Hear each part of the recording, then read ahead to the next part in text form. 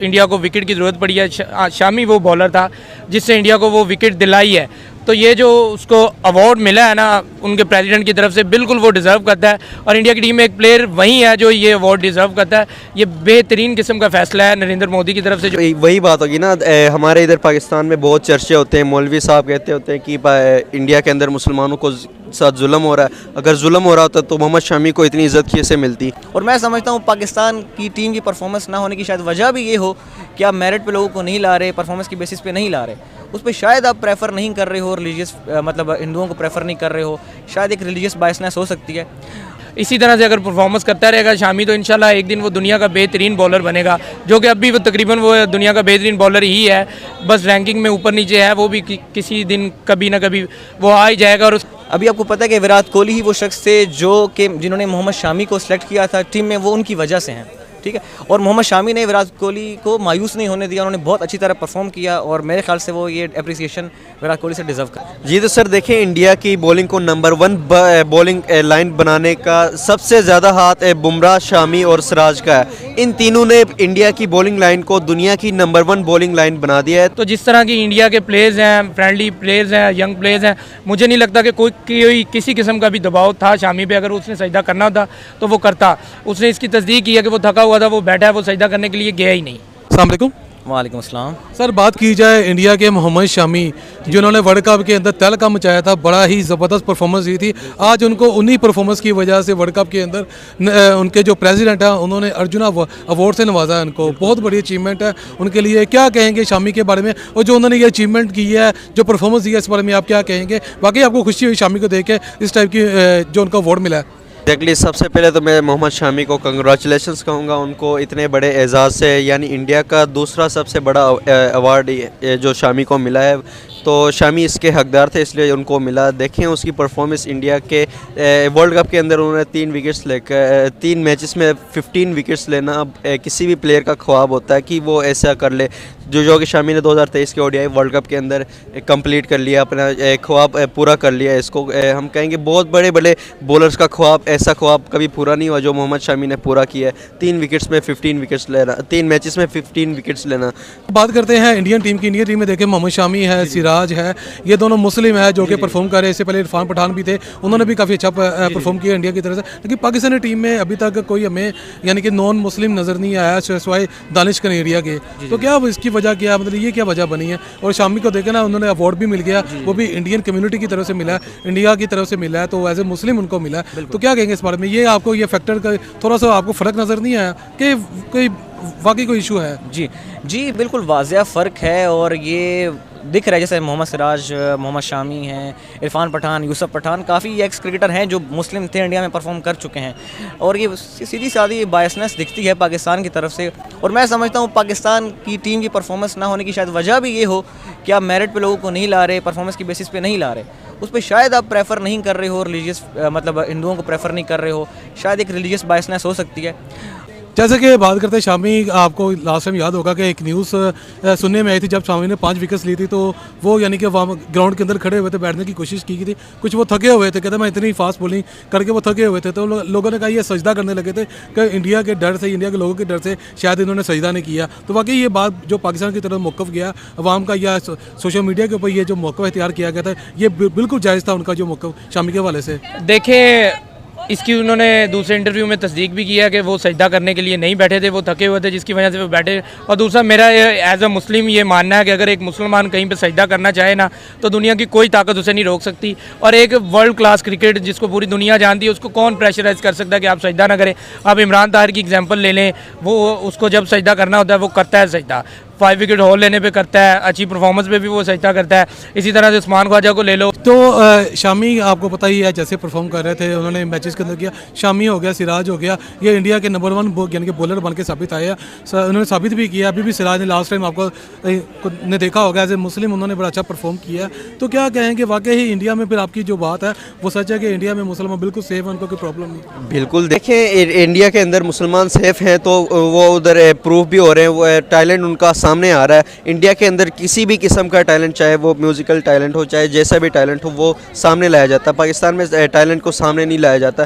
Talent पे से ज़्यादा इधर पर्चियाँ चलती है, सिफारिश चलता है। विराट कोहली ने बाकायदा यानी अपने सोशल मीडिया के ऊपर उनको कंग्रेचुलेट किया है शामी को, बड़ा अच्छा जेस्चर दिखाया, क्योंकि आपको पता ही है विराट कोहली की वजह से ही शामी को टीम में लाया गया था, वो उनकी बड़ी एफर्ट थी इनमें। तो उनके बारे में क्या कहेंगे? ऊपर से जो उनके जो चेयरमैन है उन्होंने भी कंग्रेचुलेट किया शामी को, तो क्या कहेंगे इन दोनों के बारे में आप? विराट कोहली को तो सर के नाम से ही पुकारना चाहिए, वो लेजेंड हैं क्रिकेट के, बहुत बड़े प्लेयर हैं। उनकी तरफ से कोई कमेंट, कोई व्यू आ जाना ये बहुत बड़ी बात होती है। तो जाहिर सी बात है वो अच्छी अप्रिसिएशन थी और ज़रूरी भी थी, और वो डिज़र्व भी करते हैं वो अप्रिसिएशन। मोहम्मद शामी जो है वो अप्रिसिएशन डिज़र्व करते हैं। विराट कोहली वो शख्स हैं जिनकी वजह से मोहम्मद शामी को टीम में लाया गया। ये उनकी ऑब्जर्वेशन थी कि वो अगला बंदा परफॉर्म कर सकता है, तो जाहिर सी बात है वो बंदा कैसे उसको अप्रिशिएट नहीं करेगा, कैसे उसको उसकी वाह नहीं करेगा। तो मैं इस ख्याल से वो बंदे को पहचानते भी हैं और उनको पता है कि इस बंदे को लाना चाहिए, किसको खिलाना चाहिए और किससे बड़े बड़े काम करवाने चाहिए। बिल्कुल, सबसे अच्छी बात तो ये है कि उनके प्रेसिडेंट ने इंटरेस्ट शो किया और शामी को अवार्ड दिया है। उसके बाद अगर शामी की परफॉर्मेंस की बात की जाए तो वर्ल्ड कप में अगर कोई बॉलर नज़र आया है इंडिया की तरफ से तो वो सबसे आगे मोहम्मद शामी था। जिस तरह से उसने श्रीलंका को आउट क्लास किया है, जिस तरह से सारी टीमों को आउट क्लास करता है, जिस तरह की उसकी परफॉर्मेंस थी, जान लगा के उसने क्रिकेट खेली है। किसी टीम को उसने मौका नहीं दिया कि वो आगे बढ़ के इंडिया की टीम को हराए। जब भी ज़रूरत पड़ी है ना, जब भी रोहित शर्मा ने उसको ऑन अटैक बुलाया है, इंडिया को विकेट की ज़रूरत पड़ी है, शामी वो बॉलर था जिससे इंडिया को वो विकेट दिलाई है। तो ये जो उसको अवार्ड मिला है ना उनके प्रेसिडेंट की तरफ से, बिल्कुल वो डिज़र्व करता है और इंडिया की टीम में एक प्लेयर वही है जो ये अवार्ड डिज़र्व करता है। ये बेहतरीन किस्म का फैसला है नरेंद्र मोदी की तरफ से। जो यार हमें बिल्कुल खुशी है, सच्चे दिल से खुशी है उनके लिए, उनकी परफॉर्मेंस के लिए। और एक्चुअली बात ये है कि जिस ट्रॉमा से वो गुजर रहे थे उन्हें ये अवार्ड वो वेल डिज़र्विंग भी थे, ठीक है। और उनकी परफॉर्मेंस जो थी इस वर्ल्ड कप को लेके, वो हिस्ट्री में आज तक इतनी बेहतर परफॉर्मेंस किसी बॉलर की नहीं रही। आप खुद अंदाज़ा लगा ले, 14 to 15 मैचेस में ऑलमोस्ट 50 के करीब विकेट्स हैं, तो वो कोई अरे गरे बॉलर का काम नहीं है। तो इस परफॉर्मेंस पे उन्हें क्या ढेरों अवार्ड से नवाजना चाहिए।